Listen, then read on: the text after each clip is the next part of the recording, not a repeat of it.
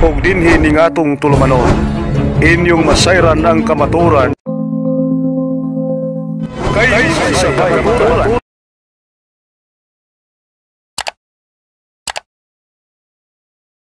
Sumala mo sa gisulti niya ganina sa Matthew City 21. Ang gisulti din nga kabubuton basahon na sa Salmo 119, 142 na ingon diri ang imong pagkamatarong mao walay katapusan ug ang imong kasubuan mao kamaturan.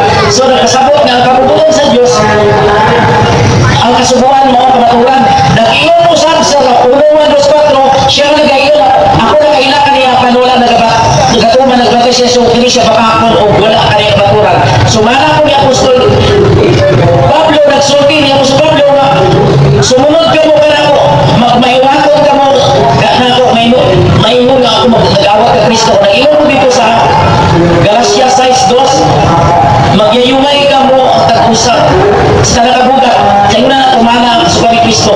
Ang kasugan ni Kristo ipatuman dili kay ato lang ikuan kay si ang wala naman ko segregation basta ilang puna sa segregate na kasubuan dimension kung basta ako nimo kasubuan diri sa Santiago 2:10 nagtuman katong gisulti bitaw kay ganina nga ang sugo mingon sila nga duha lang sugo dili na ko kasugo murag kailangan mo ito ang iyang explanation kaya akin duha ka sugo giyon ang akong sugo higugma mo ang Dios kay mo kasi kasong kalat kining duha ka sugo nagalambigit kini sa gugma sa Dios sa tao kining gikan sa una kadto sa ikaw mo na gugma sa Dios kay kung ikaw ano ka sa Dios nga pan wala mo priso ni mo wala mo usas ni mo pero kung sa tao gugma sa tao kaya bitaw ang gikan ang gugma sa Dios gikan sa una kadto sa tao pa mo na ang sugo sa Dios gugma sa Dios una kadto pa ikalima kadto sa ikapulo mauna ang gugma sa tao igugma ko may masingigan mauna wala gito mawala ayaw na siya ilustrasyon ng bukas sa kapitsil bitaw nga yung kapitsil gibutang siya ang napulo kapaso kung gibutang ang pitsil number 1 upat kapaso gibutang sa ang upat kapaso gibutang sa pitsil number 1 yun nawala ba na yung pulo ang pitsil number 2 mauna sa ilustrasyon na ang sa pitsil number 2 unong ang sulod na so gibutang ang unong kapaso na tubig sa pitsil number 2 sa padaling sabi ang napulo ka baso wala siya mawala mo na ilustrasyon nga ang napulo ka subo ngayon ito si Kristo galing sa duwa hindi ka subo nakasubod ang tipo kasubuan wala siya niya nag-ingon siya nagagaling ang brother nag-ingon pa nag-ingon na siya na ang iningilasa ganina na sa Salmo 40 city ba yung ang gisgot diha walay labot o baraso bagya Israel kasi sila pinili ang Diyos dili mapwede nga kada ang naso ng mupan na pagpili kay kayato kaya sila magpili na Diyos pero wala giingon di nga sila lang hukuman kadali lang brother na kung iwason diha Isaias nag-ingon nga mo diri siya ganina ato ikwan ha numbers giingon diri sa nag-ingon ako ni ikwan lang akong ipapa lang ikubago lang ako to taganag ng katarungan na ilustrat pang umahiyaw katarungan para matubag lang siya numbers 15 versikulo 15 of 16 nag-ingon diri ang 15 verse 15, 16 kasi siya na brother tubago lang ang tuwang kanya tubago lang yung ikwan mo nag-ingon lang siya kakana sa Israel lang Hudiyo gana lang silang kung pagkakasahon diri sa numbers 15 verse 15 of 16 alang sa katimbang adunay usala ng kabalaod alang kaniyo ug alang sa tumulong nga nagapuyo uban kaniyo usa ka balaod nga walay katapusan dito sa inyong mga kaliwatan ingon kaninyo mauman na usab ang usa ka lumalangyaw sa tubangan niyo basta 16 usa ka kasubuan o usa ka tulubanon alang kaniyo ug alang sa usa ka dumulong nga nagapuyo uban kaniyo so wala siya dili kay kun nga siya lang mauna na para sa tanan ako dali lang ay mura pa na para sa tanan nga kasubuan wala dimension niya Israel na siya ako dili kadali lang brother ako lang ikaw dili ini isab sa Exodo kadali lang Exodo kadali lang brother Exodo kadali lang Exodo Exodo 12 bigyan natin ng karatarungan hostisya 42 Exodo 12:49 nag-ingon nila Exodo 12:49 kaya nag-ingon mabot siya Israel ang parana kana nga balakod balakod mo katapusan sa tanan na siya nga tanan katawan na niya bukan na wala nag-iingon ikwan na mutuman na ato lang pabulapi mo nimo kung ano wala tayo kumpare comparison but segregation. Dati comparison naman. Akong sawag dire 39, 49 na yun dire sa Exodo 12:49 nag-ingon dire. Exodo 12:49. Kung sa pakasubuan mahimo nga alang sa nataw sa yuta o alang sa dumulong nga umaabot dali wala kaninyo. Kasubuan kini siya para sa talang nataw sa yuta wala gisgot nga kini siya dumulong magaling ko no. O nga ang Dios kini mo nito nga ang Dios walay tinalabi sa mga himpil sa ang kalwasan para uga ko sa Hudiyo pero sa tanan maabot kita mga Kristohano o Israel lang sino paano Jesus Christ ang definition ng paano si Kristo ulo so ang lawas si Kristo sa bado ulo siya ang lawas tumingo pero ano tayo ayaw nila magpatuan kanang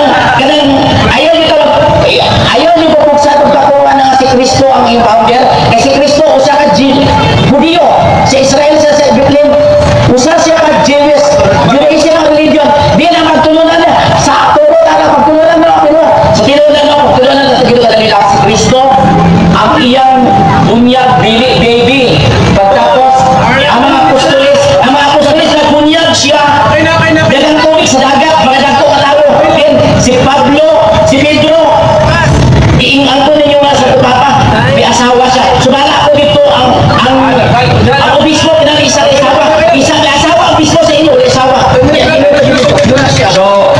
so dagang kayo matikso siya mo mga pabasa naman nato na nakinsa ng mga obispo sa Bible na kaya asawa sige na sa ipaminaw no? Sa mga tubak di ba na sa niya mga ison wala tayo nato pa na ipasabot ng makapati ng uban mula gingon brother one word is enough for a wise man kato naman ka dito ba kinsa ng obispo sa Bible nga gingan o sa kaya asawa dili man sa Christian religion manang Kristiyano ng brother basahan ang context no sa din na ato na lang basahon siya na brother wala na tayo may kuha o ako pa ng matmato na so next time anong mga nabitin niya ang mga ngay uy naari ay bahala na mo sa ako nila check na din ito yung soon balik now ang iyong gingon na doon ay labot ang Hudiyo mga isuan kung mag-islot ang Old Testament alam nila wala katapusan ng ilang malaot wala siya kasabot ang Old Anyo no? Kung mag-islot ang Old Testament para sa mga Hudiyo ang malaot sa Diyos naghihatag nila wala katapusan pero mag-islot ang Christian religion ang malaot sa Hudiyo wala na naikwenta o yung Christian religion wala labot sa malaot sa Hudiyo ako kasawa na sama ni si bro wala ito na dito ba iyan na pong iban abi kayo na una siguro ni hapit na tamahuman hindi na nato na batay ka lugar katingawan mo nang mabitin so akong samlo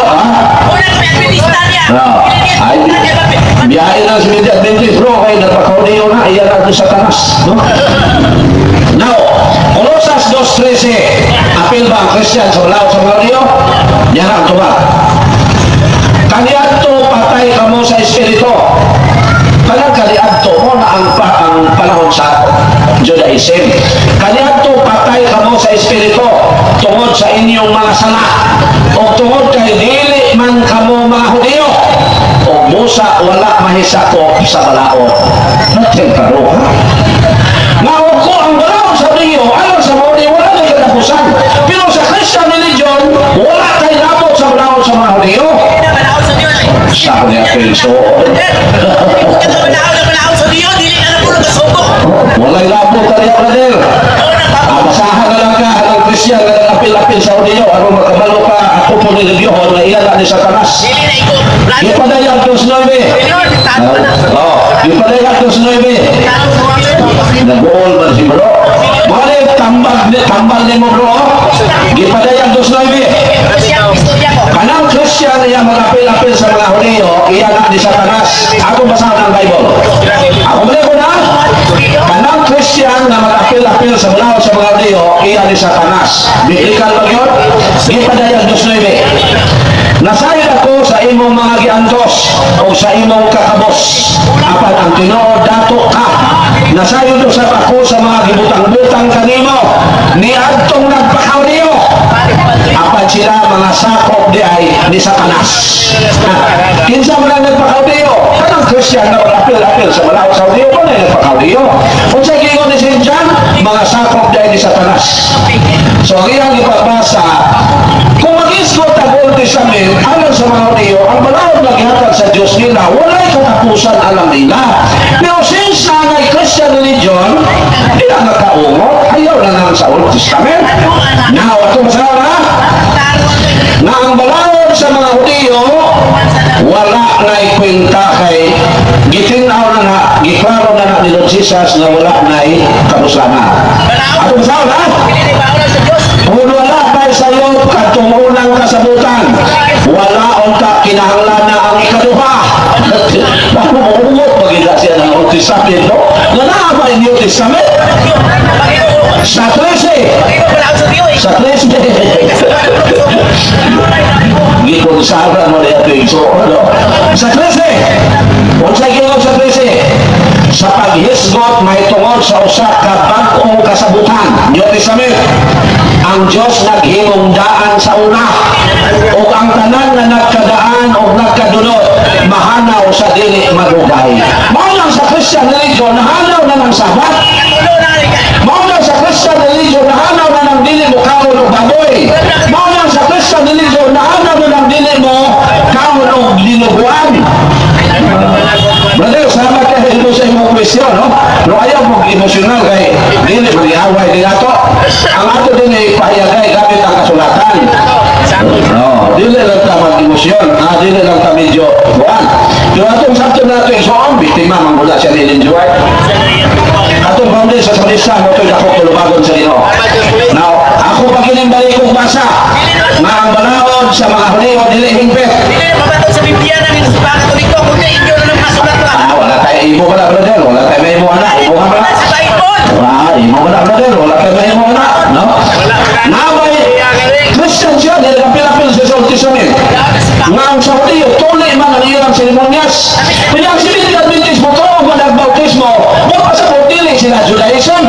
Kaya ang Judaism o Old Testament, tuloy ang ilhangan, araw mahimo kang iya sa Diyos. Ang Seventh-day Adventist mo, di ba sila tuloy, bunyag man, so wala sila nabot dito. Dana, brother, ha? Paminawag yun, brother. Paminawag yun, brother. Araw kasabot ka. Hebrews 11. Ang balawod sa mga Hudiyo, natigaro ha? Ang balawod sa mga Hudiyo, dili hingpit. Kasilag. Ano di magiging sila ko? Tuho o alilo? Naliwan mo ang pagkapulunga. Ang balawod sa mga Hudiyo, dili hingpit. O dili sipo na sumbanan sa tinod ng mga butang. O sa mga balawod sa Hudiyo, mauna ang unod sa Old Testament. That is why we have to study about the Bible. The reading the Bible, there are two testaments on the New. Sa un, ang katawad sa Diyos, Judaism. Sa New, ang katawad sa Diyos, Christian, na mga Catholic Church. Ang balawod sa mga Hudiyo, dili hingpit. Kung mga si Lord Jesus na pagkatao, ang iyang hingpito ang naibawan sa mga tao, mga iso. Pero wala tayo problema ni bro, no? Itinagawan siya sa iyo mga pundo. Sorry kayo sa mga non-Catholics, kung nasakitan mo, no, dili na po ito yung pagpasakitan ninyo. Kung namatigin ninyo, mawala may mamilsonar. No comments me sa kinabuhi sa mga pastor, nganong nagsige sila pangdali sa mga Katoliko. No comments sana. Ang ato lang iklaro, nga ang mga pastor, mini nga magtutulog. No comments na sa mga non-Catholics na nagsige pangdali house to house sa mga Katoliko. O nganong gibuhat na nila. Sala na, pero kung ano lang nilang ibuhat, no comments na. Kay parehas sa tamakasala. Ang ato lang iklaro din nga ang mga protestante na nagsigig atak sa patuong Katoliko, mini nga pundo sa milyon. Ug inyo nang nabati ang mga kamatuoran dinhi ning atong tulumanon. Kay sabay kamatuoran. Ako lang hinaot, kadaghang kamog nakatunan. Daghang salamat.